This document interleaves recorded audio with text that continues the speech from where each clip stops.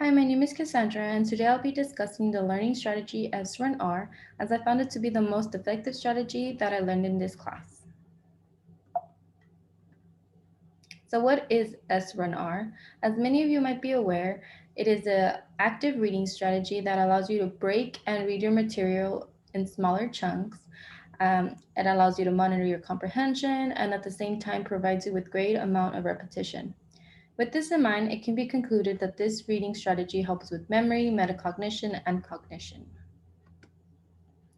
So what are the steps for S1R? As many of you might be aware, it requires that you survey or skim any headings, graphs, summaries that might be included in your reading or article for about 5 minutes. Then you'll want to write the heading of the first section and read that section without writing anything. After you read, you'll go in with the highlighter or pen and highlight or underline important information about that section.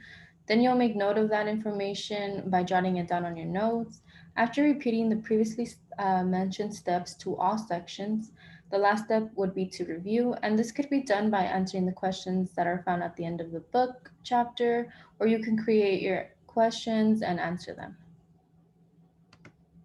So, what does research say? Reading certain chapters or articles can be hard because lacking prior knowledge can make it difficult to understand what is being said. Not to mention that higher level text means longer sentences or phrases. This affects short term memory because information can be held for about 15 to 20 seconds, and longer sentences means exceeding this time frame. Because S1R requires that you break down your readings into smaller chunks, it can help the process of retaining information, which includes encoding, storage, and retrieval. For that reason, it increases comprehension while at the same time increasing your motivation to continue reading. So, how did I use it? After learning about it, I used it for an article in this class and for a chapter reading for my Latin studies class. I used it in these two particular readings because they were pretty lengthy, and I find that I lose motivation to read lengthy articles. So, how effective was it? For me, it was very effective. I think that breaking the readings into smaller chunks really allowed me to focus on little information at a time, which made it less overwhelming. I was also able to read both of these readings all the way through, not to mention that when I was taking the quizzes for both of these classes, I was able to recall the information that I learned almost instantly. So, how will I use this in the future?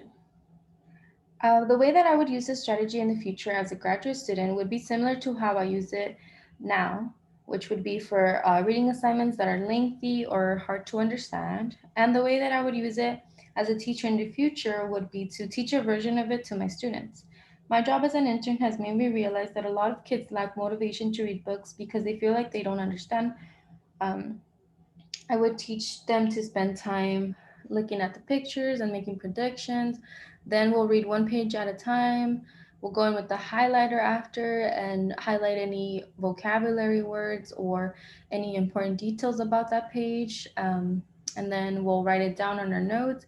And finally, after going through all the pages, we'll review by answering the questions at the end of the book or the chapter. And of course, I would adjust this depending on grade level. But this concludes my presentation. I hope you enjoyed, and if you have any questions, please feel free to ask. Thank you.